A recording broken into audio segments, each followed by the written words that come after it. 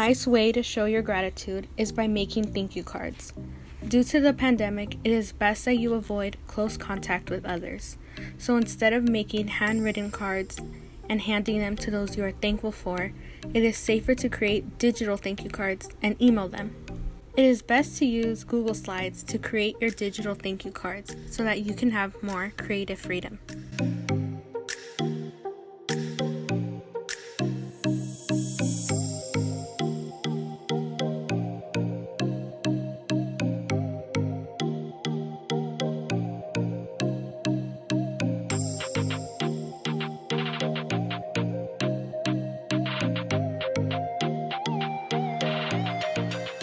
Today's segment of DIY, I will be teaching you guys how to make a thankful plate. So basically all you're gonna need is any ceramic plate, a loose leaf of paper, and a pencil. Oh, and a Sharpie, and you need an oven. If you don't have an oven, you can't do this. So basically this plate is so you could write a letter to someone. You could even draw on it, but for the sake of this video, I'm gonna write thankful, okay? But basically you would give this plate to whoever your loved one is or your receiver, and it just shows how grateful you are for them. So what I like to do first, as our first step, get your loose leaf of paper, kind of put it on the plate, and then go on the circle, feel the texture, because that allows you to get kind of the layout of the circle or perimeter you're going to be writing on. I'm going to write today I am thankful for. I think it would be pretty funny because then you would just write today I am thankful for ... and you could put food there. So it's like you're thankful for the food. Just something simple. But I will show you guys another version of this at the end of the segment. So you start writing.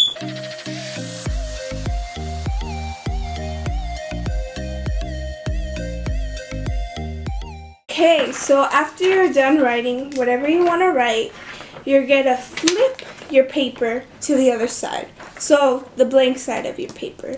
And basically you're just going to scribble your heart out on all of the paper. But I mean, if you wrote something small directly in back of it, like you could kind of see it, you would just scribble that piece if it's not necessary to scribble the whole back. And so basically what that does, the scribbling, is when you flip your paper over so you could see the words, right? When you put this face forward, like you can see the words upwards. When you place that on there, you will basically trace it out, and that allows for the lead to transfer onto the plate. So you could basically how would you say it? Trace over the transferred lead writing with Sharpie. So let's scribble.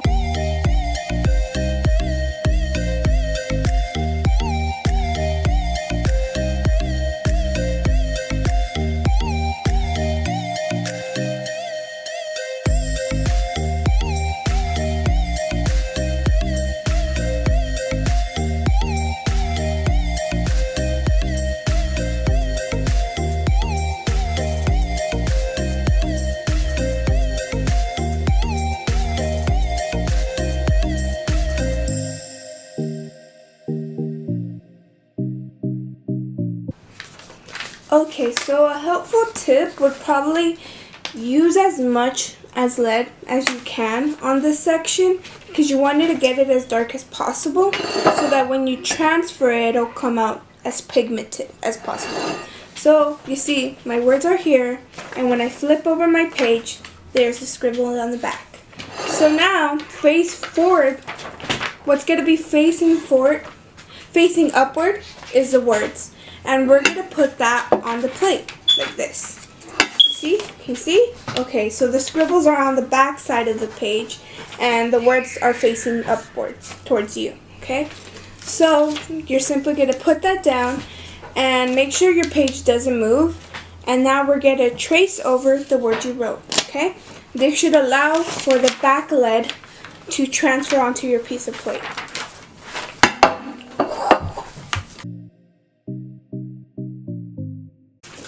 So I don't know if you guys can see, but basically what that did is the lead that was in the back of here, which is still there, basically allowed that to transfer. Can you guys see? I don't know if you guys can see, but basically what happened is the words that are on my paper are now on my plate.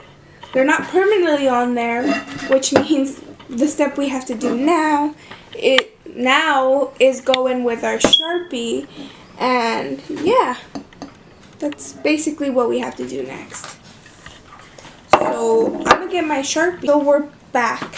I got my, not Sharpie, it's a permanent marker. You can use Sharpie. Any permanent marker works.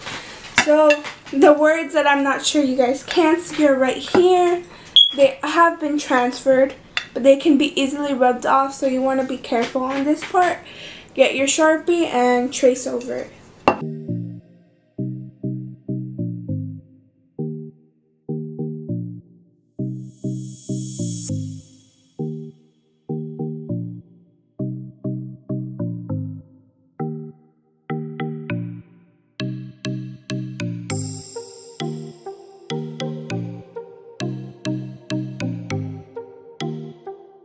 Okay, so basically what I did during this process, you might make a few mistakes.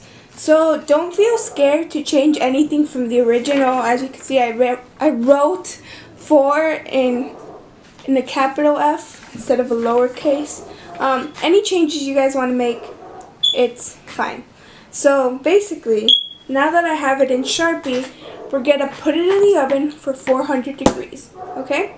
But when you put it in the oven, make sure that it's a cold oven. Do not yet turn it on, nothing like that.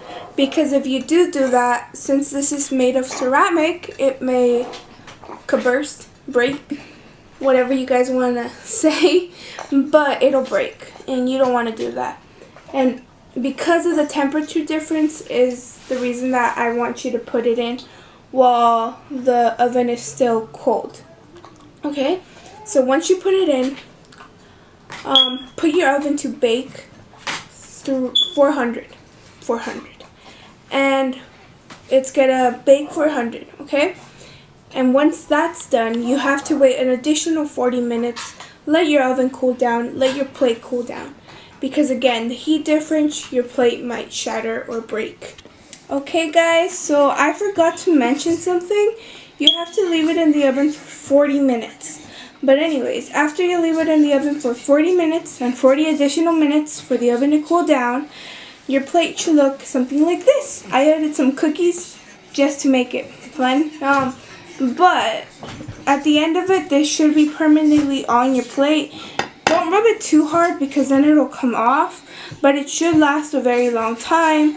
And I think it's really cute because now it says, today I am thankful or grateful for, and then whatever on your plate. So I don't know, I think it's pretty cute. Hello, my name is Nelson Pineda, and I'm a member from YAP. And today we have a special worker that we're going to be interviewing with us today. Would you like to introduce yourself?